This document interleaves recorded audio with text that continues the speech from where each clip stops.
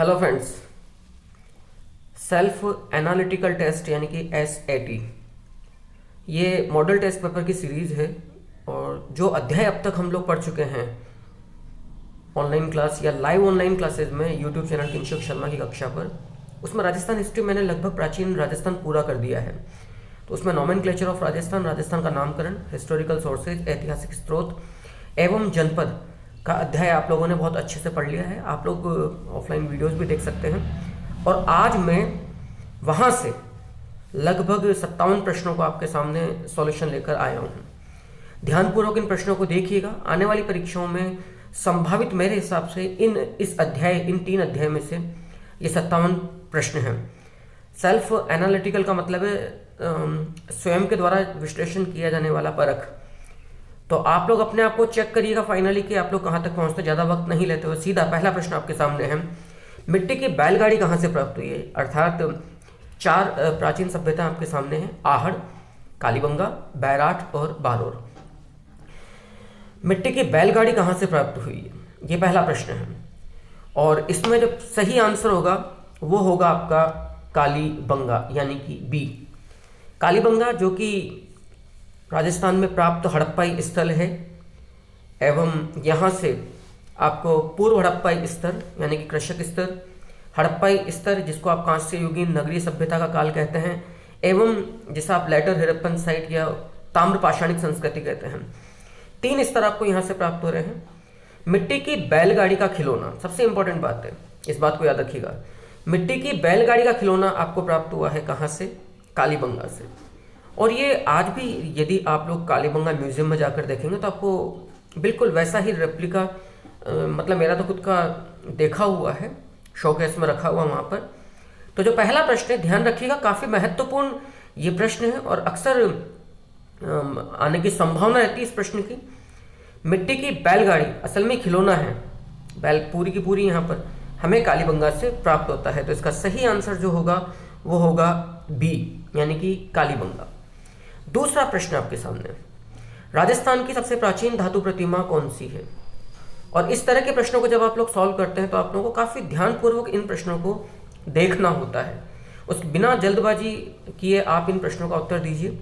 और ये प्रश्न भी मैंने इसी संभावना को ध्यान में रखते हुए तैयार किया है कि यदि आप इन प्रश्नों को ध्यानपूर्वक पढ़ लेते हैं, समझ लेते हैं, तो संभवतः जितने प्रश्न आपके परीक्षा में आने की संभावना होती है राजस्थान इतिहास से वो यहीं से आ जाए।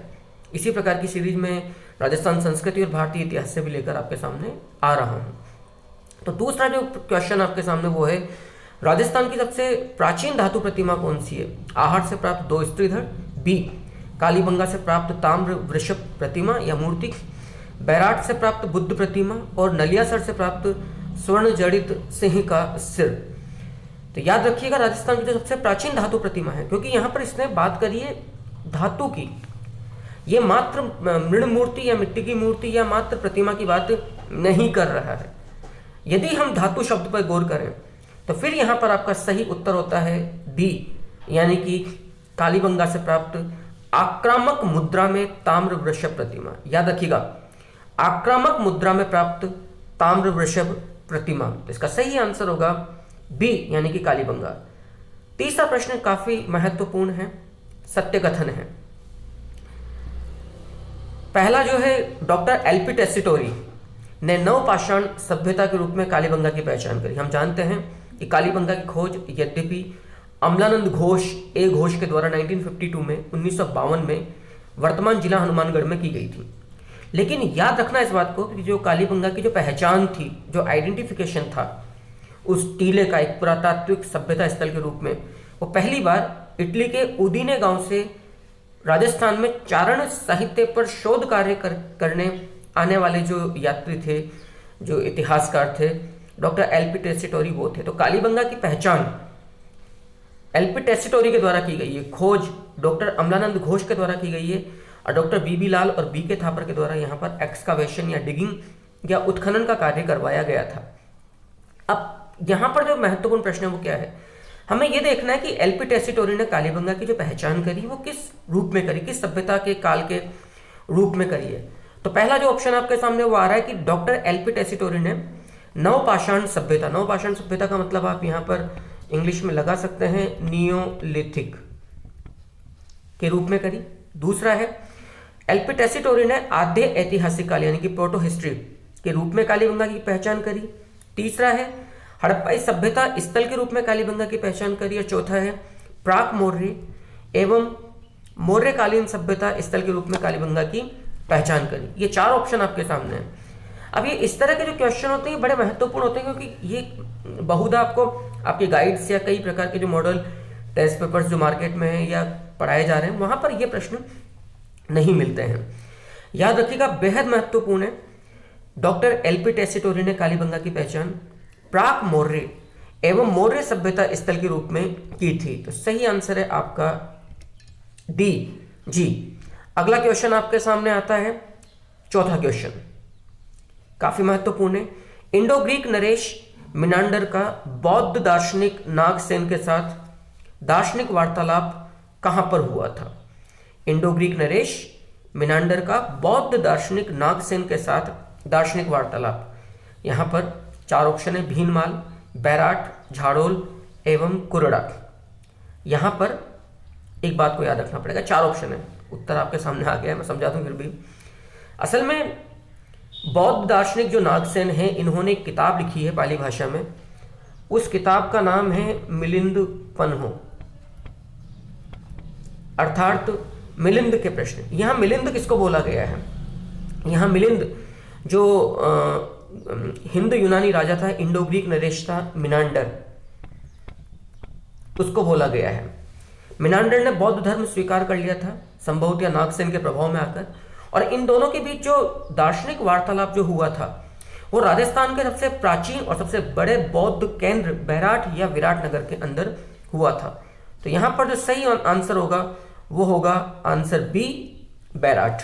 बौद्ध दार्शनिक नागसेन एवं इंडो ग्रीक नरेश मिनांडर के मध्य दार्शनिक वार्तालाप का जो केंद्र था वो था बैराट। 5वां प्रश्न आपके सामने है, चीनी यात्री ने किस सभ्यता स्थल को पारयात्र की संज्ञा दी?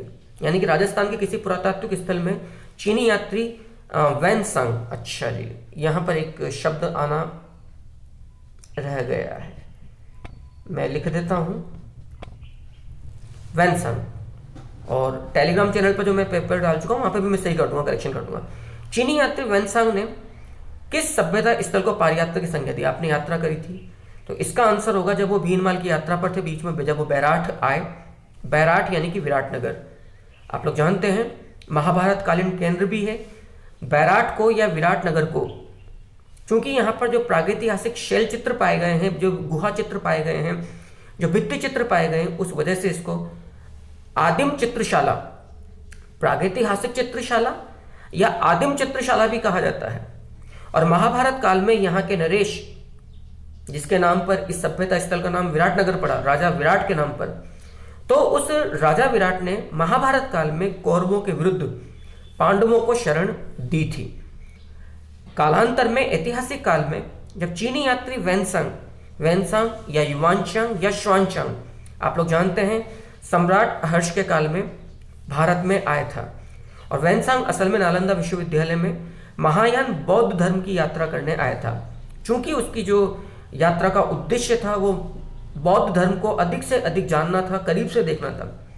इसी श्रृंखला में, इसी यात्रा की श्रृंखला में आपने राजस्थान के जो सबसे प्राचीन जो बौद्ध केंद्र था, जिसको हम विराटनगर या बैराट कहते हैं, वहां की यात्रा की थी। और अपनी पुस्तक CU की, याद रखिएगा यह भी काफी महत्वपूर्ण है, CU की में आपने जो विराटनगर है उस यात्रा को आपने पारयात्र नाम दिया। तो सही आंसर होगा 5वें में A, यानी कि बैराट। ताम्र चाकू प्राप्त हुआ है, आंसर आपको दिख गया है। ताम्र चाकू ऑप्शन A आहड़, कालीबंगा, गणेश्वर, गिलुंड। लेकिन चूंकि जो मेरी आदत है कि मैं आपको 2 बातें और नहीं बतलाऊंगा, याद रखना ताम्र चाकू इनमें प्राप्त हुआ है कालीबंगा से, फल काटने का ताम्र चाकू कालीबंगा से। आहड़ से जो हमें प्राप्त हुआ है, याद रखना वो फल काटने का हड्डी से बना चाकू प्राप्त हुआ है। तो आपको याद रखना पड़ेगा, यदि प्रश्न आ जाए कि फल काटने का ताम्र चाकू कहां से प्राप्त हुआ, तब तो अपना आंसर होगा कालीबंगा। और फल काटने का हड्डी से बना चाकू कहां से प्राप्त हुआ है, तो अपन फिर करेंगे उदयपुर से प्राप्त जो बनास संस्कृति का जो प्रमुख केंद्र है, जिसको आप ताम्रवती नगरी भी कहते हैं, वह आंसर होगा आहड़। आइएगा 7वें प्रश्न की तरफ बढ़ते हैं। महत्वपूर्ण प्रश्न है और ये प्रश्न आपको आगामी परीक्षाओं की तैयारी के लिहाज से अच्छे से तैयार करेंगे। लोहा गलाने की 5 भट्टियां कहां से प्राप्त हुई? याद रखिएगा, बालाथल, जोधपुरा, सुनारी, इन तीनों से ही लोहा गलाने की भट्टियां प्राप्त हुई हैं। इस बात को समझ दीजिएगा, बालाथल, उदयपुर, जोधपुरा, जयपुर, सुनारी, झुंझुनू, इन तीनों ही स्थलों से हमें लोहा गलाने की भट्टियां प्राप्त हुई हैं। लेकिन ये बात कर रहा है स्पेशली 5 भट्टियां हमें कहां से प्राप्त हुई है। 5 भट्टियां हमें कहां से प्राप्त हुई है? याद रखना, लोहा गलाने की जो 5 भट्टियां हमें प्राप्त हुई है वो बालाथल से प्राप्त हुई है। यदि प्रश्न होता लोहा गलाने की भट्टियां प्राप्त हुई है, फिर आप करते उपरोक्त सभी डी। लोहा गलाने की 5 भट्टियां बालाथल से प्राप्त हुई है, लेकिन यहां इसी प्रश्न के संदर्भ में यह भी याद रखना है, लोहा गलाने की सबसे प्राचीन भट्टी झुंझुनू में सुनारी से प्राप्त हुई है। लोहा गलाने की सबसे प्राचीन भट्टी या धोकनी युक्त लोहा गलाने की भट्टी सुनारी से, यहीं से भारत का कहते हैं सबसे प्राचीन लोहे का प्याला भी प्राप्त हुआ है, झुंझुनू में सुनारी से। उम्मीद करता हूं कि यहां तक की बात आपको समझ में आ रही है। मुझे फीडबैक भी दीजिएगा, बताइएगा कि इस यात्रा को क्या मुझे जारी रखना चाहिए। यदि आप लोगों का फीडबैक आता है कि इस यात्रा को अपने को जारी रखना चाहिए, सेल्फ एनालिटिकल टेस्ट का जो एग्जाम ओरिएंटेड जो संभावित प्रश्न हैं आने वाली परीक्षाओं में के दृष्टिकोण से, के लिहाज से महत्वपूर्ण प्रश्न हैं, उनको मैं हर कंपटीशन के तरीके से जो एग्जाम पैटर्न है उसके हिसाब से कम 40, 20, 30, 40 प्रश्न बनाकर 8, 10, 15 मॉडल टेस्ट पेपर आपको प्रदान करूँ। लेकिन वो तभी होगा जब आपका फीडबैक मुझे प्राप्त होगा। टेलीग्राम चैनल पर आपको इसके जो टेस्ट जो पेपर्स है PDF वो प्राप्त हो जाएंगे और यहाँ पर आपको सॉल्व हो रहे हैं। तो आप मुझे फीडबैक से जरूर बताइएगा कि क्या आप चाहते हैं। फिर तो अपन एक शेड्यूल फिक्स कर दें कि इस टाइम पर मैं पेपर सॉल्व करवाऊंगा। उसके पहले मैं पेपर को टेलीग्राम चैनल पर पेपर को अपलोड कर दूं ताकि आप वहाँ पर सॉल्व करें, फिर उसको यहाँ पर देखें कि आपने कितना सही किया, कितना गलत किया। क्वेश्चन नंबर 8वां, राजस्थान की सबसे प्राचीन ताम्रयुगीन सभ्यता स्थल है। याद रखना है, काफी महत्वपूर्ण है। सबसे प्राचीन ताम्रयुगीन सभ्यता स्थल है आहड़, कालीबंगा, गणेश्वर, गिलुंड। याद रखिएगा, पहली बात तो ये कि आहड़, गणेश्वर और गिलुंड ये तीनों ताम्रयुगीन सभ्यताएं हैं। कालीबंगा की बात की जाए तो कालीबंगा असल में कांस्य युगीन सभ्यता है, ये बात की सभ्यता है। आहड़ का जो काल है वो है 2500 ईसा पूर्व, गणेश्वर का काल है 2800 ईसा पूर्व। याद रखना, इस रूप में गिलुंड का तो खैर इनके बाद का है। सबसे प्राचीन जो सभ्यता स्थल होगा वो होगा सी यानी कि गणेश्वर। राजस्थान की सबसे प्राचीन जो ताम्रयुगीन सभ्यता है उसका आंसर होगा सी, गणेश्वर। कई बार आप लोग गच्चा खाते हैं, कंफ्यूज होते हैं आहड़ को लेकर भी। याद रखना, आहड़ या बनास संस्कृति या ताम्रवती नगरी या आघाटपुर, ये सब अन्य नाम हैं किसके? आहड़ के। ये राजस्थान की सबसे प्रमुख ताम्रयुगीन सभ्यता है। तो यदि प्रश्न आ जाए सबसे प्रमुख ताम्रयुगीन सभ्यता कौन सी है, सबसे प्रमुख ताम्रयुगीन सभ्यता स्थल कौन सी है, तब तो आपका आंसर होगा आहड़। लेकिन जो प्रश्न आपके सामने दिया जा चुका है कि सबसे प्राचीन ताम्रयुगीन सभ्यता कौन सी है, सबसे प्राचीन ताम्रयुगीन सभ्यता, तब आपका आंसर होगा गणेश्वर, जिसका काल है 2800 ईसा पूर्व। नवा प्रश्न देखिएगा, ताम्रवती नगरी किसको बोला गया? जैसा कि अभी हमने 8वें प्रश्न के संदर्भ में देखा, ताम्रवती नगरी याद रखिएगा बोला गया है किसको? गणेश्वर को या कालीबंगा को या आहड़ को या गिलुंड को। अभी मैंने 8वें प्रश्न में इसका उत्तर दिया था। असल में मैंने आपको कहा था गणेश्वर राजस्थान की सबसे प्राचीन ताम्रयुगीन सभ्यता है, जबकि आहड़ राजस्थान की सबसे प्रमुख ताम्रयुगीन सभ्यता है, जहां पर राजस्थान में सबसे अधिक मात्रा में ताम्र उपकरण प्राप्त हुए हैं। इसीलिए आहड़ को हम ताम्रवती नगरी भी कहते हैं। तो इसका सही आंसर होगा ए, यानी कि आहड़। इसका सही आंसर है ऑप्शन ए, आहड़। ताम्रवती नगरी सबसे जो अधिक मात्रा में जो ताम्र उपकरण प्राप्त हुए हैं, हमें वो प्राप्त हुए हैं आहड़ से, इसीलिए इसको ताम्रवती नगरी भी कहते हैं। इसका अन्य नाम बनास संस्कृति भी है और आघाटपुर भी है। क्वेश्चन नंबर 10वां देखिएगा, किस सभ्यता स्थल की खुदाई से हमें 70% तक अलंकृत मृदभांड प्राप्त हुए, यानी कि ऐसे मिट्टी के बने पात्र, घड़े जिनमें डिजाइन बनाई गई हैं, ज्योमेट्रिकल डिजाइन्स, आरेखीय चित्र बनाए गए हैं। क्या वो स्थल नोह है, क्या वो स्थल कालीबंगा है, या बालाथल है, या ऑप्शन डी बारोर है। अच्छा, आपके सामने आंसर आ गया। किस सभ्यता स्थल की खुदाई से आपको 70% तक अलंकृत मृदभांड प्राप्त हुए हैं? नोह, भरतपुर, कालीबंगा, बालाथल और चौथा ऑप्शन है आपके सामने बारोर। आपका सही आंसर है यहां पर सी बालाथल। नेक्स्ट आइएगा, यानी कि बालाथल से जो मृदभांड प्राप्त हुए वो 70% तक, मतलब उनमें 70% जो अनुपात है उन मृदभांडों में वो असल में डेकोरेटेड है, जिसमें ज्यामितीय चित्रीय आरेख बनाए गए हैं। हड़प्पाई लिपि युक्त मृदभांड प्राप्त हुआ। मैं समझता हूं आहड़, कालीबंगा, गणेश्वर, गिलुंड 4 ऑप्शन में से इसको चूज करना आसान है। अभी जैसा मैंने कहा था, कालीबंगा राजस्थान की कांस्य युगीन हड़प्पा स्थल है, तो चूंकि जो कालीबंगा है वहां से जो मृदभांड प्राप्त हुए उस पर हड़प्पाई लिपि का अंकन है, इसीलिए 11वें प्रश्न में जो सही आंसर होगा वो होगा ऑप्शन बी अर्थात कालीबंगा।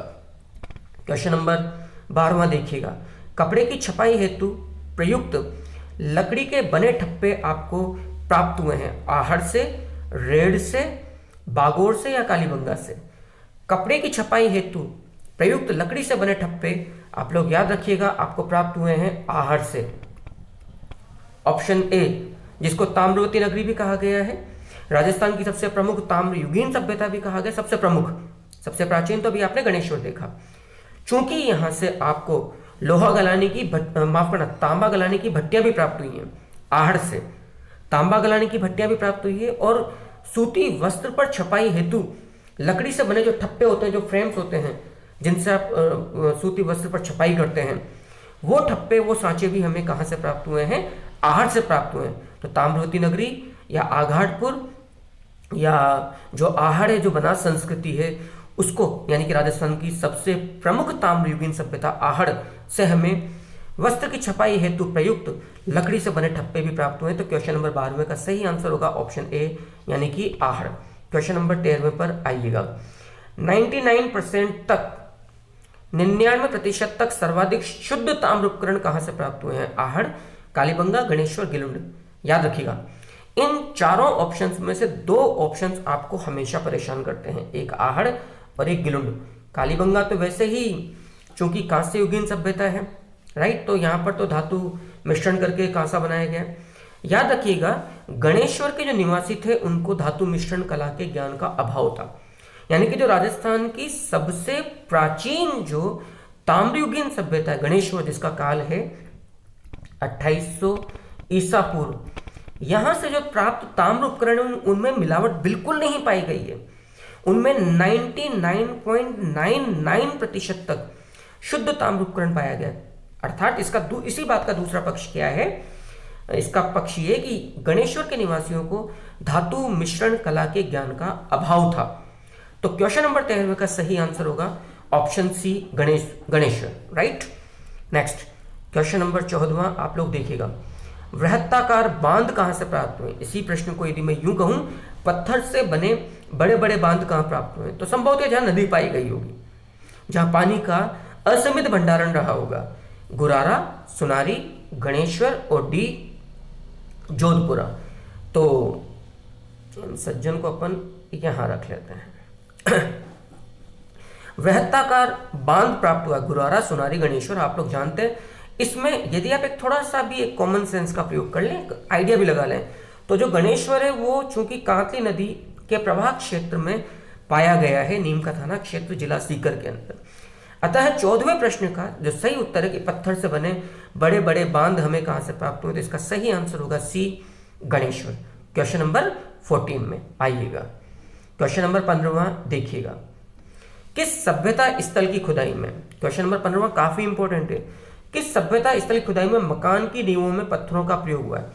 मकान की नींवों में, यानी कि ये मात्र फाउंडेशन, जो मकान की जो नींव है उसमें पत्थरों के प्रयोग की बात कर रहा है। अर्थात यदि हम इसको स्पष्ट देखें तो ये संपूर्ण मकान की बात नहीं कर रहा है, ये मात्र नींव की बात कर रहा है। ये देखो यहाँ पे आपको ध्यान रखना पड़ेगा, पत्थर से बने मकान कहाँ बने ये अलग प्रश्न है, लेकिन जो इसने पूछा है मात्र नींवों में पत्थरों का प्रयोग हुआ है, तो इसका सही आंसर होगा ऑप्शन ए आहड़। आहड़ वो ताम्र युगीन सभ्यता स्थल है जहां पर जो पत्थर से बने मकान की नींवें प्राप्त, यानी कि मकान के निर्माण में जो नींव बनाई गई वो पत्थरों से, बड़े बड़े पत्थरों का प्रयोग करके बनाया गया है। सही आंसर होगा 15वें में, याद रखिएगा option A Ahar. Question number 16वां, सभ्यता स्थल जहां से चावल की लंबी किस्में प्राप्त हुई है। ये लंबी जो किस्म प्राप्त हुई है ये देहरादून नस्ल की है, याद रखना।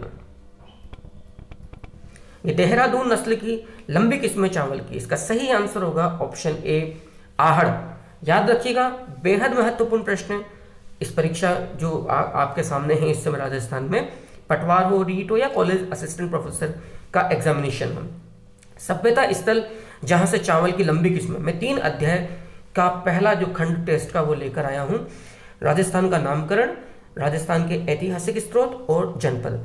सभ्यता स्थल जहां से चावल की लंबी किस्में प्राप्त हुई है, ये इसका सही आंसर होगा ऑप्शन ए यानी कि आहड़। क्वेश्चन नंबर 17 पर आइएगा, सर्वाधिक मात्रा में ताम्र उपकरण कहां से प्राप्त हुए हैं।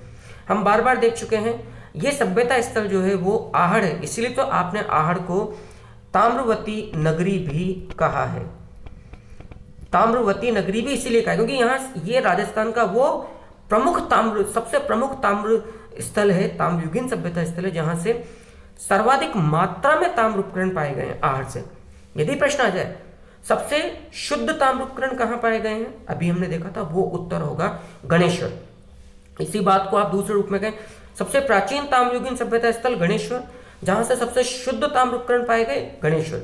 लेकिन सबसे प्रमुख ताम्रयुगीन सभ्यता स्थल जहां से सर्वाधिक मात्रा में ताम्र उपकरण पाए गए आहड़, इसीलिए इसको ताम्रवती नगरी भी कहा जाता है।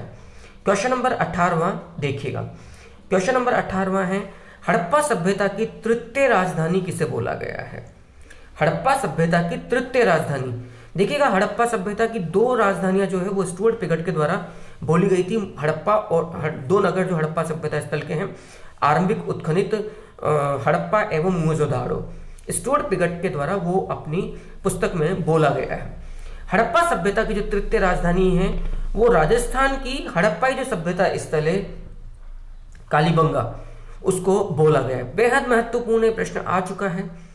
हड़प्पा सभ्यता की तृतीय राजधानी कालीबंगा को बोला जाता है, याद रखिएगा कालीबंगा को हड़प्पा सभ्यता की तृतीय राजधानी। लेकिन जो 2 राजधानियां हैं स्टुअर्ट पिगट के द्वारा वो हड़प्पा नगर और मोहनजोदाड़ो को बोला गया है, लेकिन तृतीय जो राजधानी बोला गया है वो कालीबंगा को बोला गया है। क्वेश्चन नंबर 19वां मैं आपके सामने लेकर आ रहा हूं, राजस्थान के किस हड़प्पाई स्थल से अग्नि वेदिकाएं प्राप्त हुई हैं। राजस्थान के किस हड़प्पाई स्थल से अग्नि वेदिकाएं प्राप्त हुई हैं, याद रखिएगा 4 ऑप्शन आपके सामने हैं, आहड़, कालीबंगा, गणेश्वर एवं गिलुंड। याद रखिएगा इनमें से कालीबंगा वो सभ्यता स्थल है, क्योंकि इसने हड़प्पा स्थल की बात करी है, तो आप यहाँ पे ही मत समझना कि अग्नि वेदिकाएं जैसे आपको सोनू मतलब तिलवाड़ा से प्राप्त हुई है आ जाए। तो जब आप क्वेश्चन पेपर को जब सॉल्व करते हैं तो आपको प्रश्न की नेचर को बार बार देखना चाहिए। एक शब्द का ऊपर जो जोर होता है वही आंसर को डिसाइड करता है। यहां ये क्या पूछ रहा है आपसे, राजस्थान के किस हड़प्पाई स्थल से अग्नि वेदिकाएं प्राप्त हुई हैं, किस हड़प्पाई स्थल से अग्नि वेदिकाएं प्राप्त हुई हैं। तो इसका सही आंसर होगा असल में हड़प्पा के कालीबंगा के अंदर, क्योंकि राजस्थान का एकमात्र हड़प्पा स्थल स्वाभाविक तौर पे कालीबंगा, इसमें अपने सामने कोई डाउट नहीं है। कालीबंगा में एक मकान के बाहर चबूतरे पर, एक चबूतरे पर 7 अग्नि वेदिकाएं प्राप्त हुई हैं। देयर आर 7, जिनमें पशु अस्थियां भी प्राप्त हुई हैं। चबूतरे के ऊपर चढ़ने के लिए सीढ़ियां हैं। जब मैंने आपको ये अध्याय पढ़ाए थे और इस चैनल पर ये अपलोड हो चुके हैं सारे के सारे वीडियो, बहुत विस्तार से मैंने black board teaching, white board teaching भी करी है और स्लाइड शो वाली टीचिंग भी करी है। जैसा आपको पसंद आता है काफ़ी विस्तार से, और टेलीग्राम चैनल पर मैं इन सारे नोट्स को अपलोड भी कर चुका हूँ। तो राजस्थान के किस हड़प्पाई स्थल से अग्नि वेदिकाएं प्राप्त हुई हैं, इसका सही आंसर होगा ऑप्शन ए कालीबंगा। अगला देखिएगा, क्वेश्चन नंबर 20वां मैं ले रहा हूं।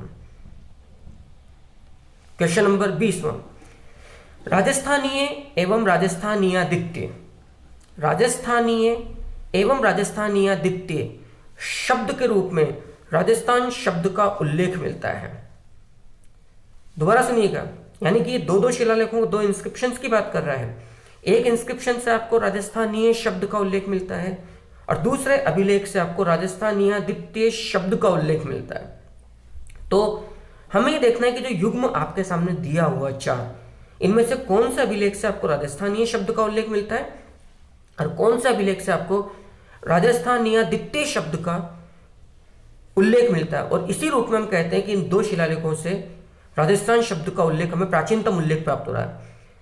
एक से राजस्थानीय और एक से राजस्थानीयादित्य। अब जरा गौर से देखिएगा, ऑप्शन ए है बसंतगढ़ शिलालेख, चित्तौड़गढ़ शिलालेख। दूसरा है राजरूपक और नैन्सी लिखियात, ये तो ग्रंथ है। तीसरा है, अच्छा इसने राजस्थान शब्द का इसमें अभिलेख की बात नहीं करी है, तो ग्रंथ भी आ सकता है। तीसरा चित्तौड़गढ़ शिलालेख और कुबले माला नामक ग्रंथ।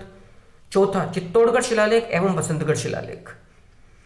सो याद रखिएगा, राजस्थानीय जो शब्द का उल्लेख मिलता है वो मिलता है आपको चित्तौड़गढ़ शिलालेख से, जो कि 532 ईस्वी का है। चित्तौड़गढ़ शिलालेख से, तो ये चित्तौड़गढ़ शिलालेख 532 ईस्वी का। और राजस्थानीयादित्य शब्द का जो उल्लेख मिलता है वो 625 ईस्वी के बसंतगढ़ शिलालेख से आपको प्राप्त होता है। तो राजस्थानीय शब्द का उल्लेख चित्तौड़गढ़ शिलालेख 532 ईस्वी के चित्तौड़गढ़ शिलालेख से प्राप्त होता है। और यहां पर मैं एक बात और क्लियर कर दूं, चित्तौड़गढ़ शिलालेख में जो 532 ईस्वी का है में जो उल्लेखित जो शब्द है राजस्थानीय, वो राजस्थान का प्राचीनतम वर्णित उल्लेख है किसी भी अभिलेख में, प्राचीनतम। क्योंकि बसंतगढ़ शिलालेख चित्तौड़गढ़ शिलालेख का है, बसंतगढ़ शिलालेख 625 ईस्वी का है, जबकि जो चित्तौड़गढ़ शिलालेख है वो 532 ईस्वी का है। बसंतगढ़ शिलालेख में आपको प्राप्त होता है राजस्थानीयादित्य। तो यदि प्रश्न आ जाए कि प्राचीनतम राजस्थान शब्द का उल्लेख किस रूप में मिल रहा है, तो उत्तर होगा राजस्थानीय। कहां से मिल रहा है? चित्तौड़गढ़ शिलालेख 532 ईस्वी से। बसंतगढ़ जो शिलालेख जो सिरोही से प्राप्त हुआ 625 ईस्वी का, उसमें जो शब्द का उल्लेख मिलता है वो है राजस्थानीयादित्य। राजस्थानीयादित्य, इसका मतलब ये हुआ कि यदि प्रश्न आ जाए राजस्थान का प्राचीनतम उल्लेख किस शिलालेख से मिलता है, चित्तौड़गढ़ दिया हुआ है तो चित्तौड़गढ़ करना है।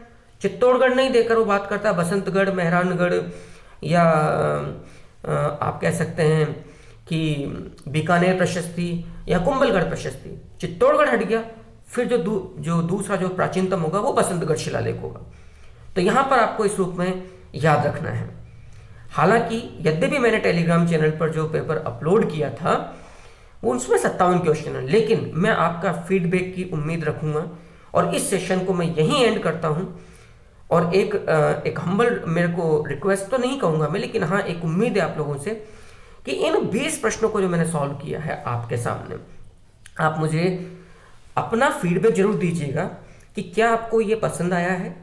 जो मॉडल टेस्ट पेपर में सॉल्व करवा, जो आज से जो मैंने SAT self analytical test series जो मैंने स्टार्ट की है, और यदि पसंद आया है तो फिर मैं शेड्यूल्ड करूंगा इन सबको, एक फिक्स टाइम रखूंगा, नोट्स अपलोड करूंगा, वीडियो क्लास देखिए, नोट्स पढ़िए, उसके बाद फिर मैं पेपर आपको अपलोड करूंगा टेलीग्राम चैनल पर, पेपर सॉल्व करिए और उसके बाद चेक करिए यूट्यूब पर आकर, करीब 3-4 घंटे बाद फिर मैं इस आंसर की को अपलोड करूंगा यहाँ पर कि आपको कैसा लगा।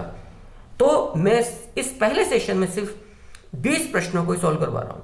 आपका जैसे जैसे मुझे फीडबैक मिलेगा, इसके बाद जो शेष 37 क्वेश्चन रहेंगे इस सेट 1 के SAT के, वो आपको सॉल्व करवाऊंगा। इंतजार रहेगा आपके फीडबैक का। शुभकामनाओं के साथ कि आने वाली परीक्षाओं के दौरान आप सफलता को प्राप्त करें और अपने माँ बाप का नाम उज्जवल करें। वंदे मातरम। नमस्कार।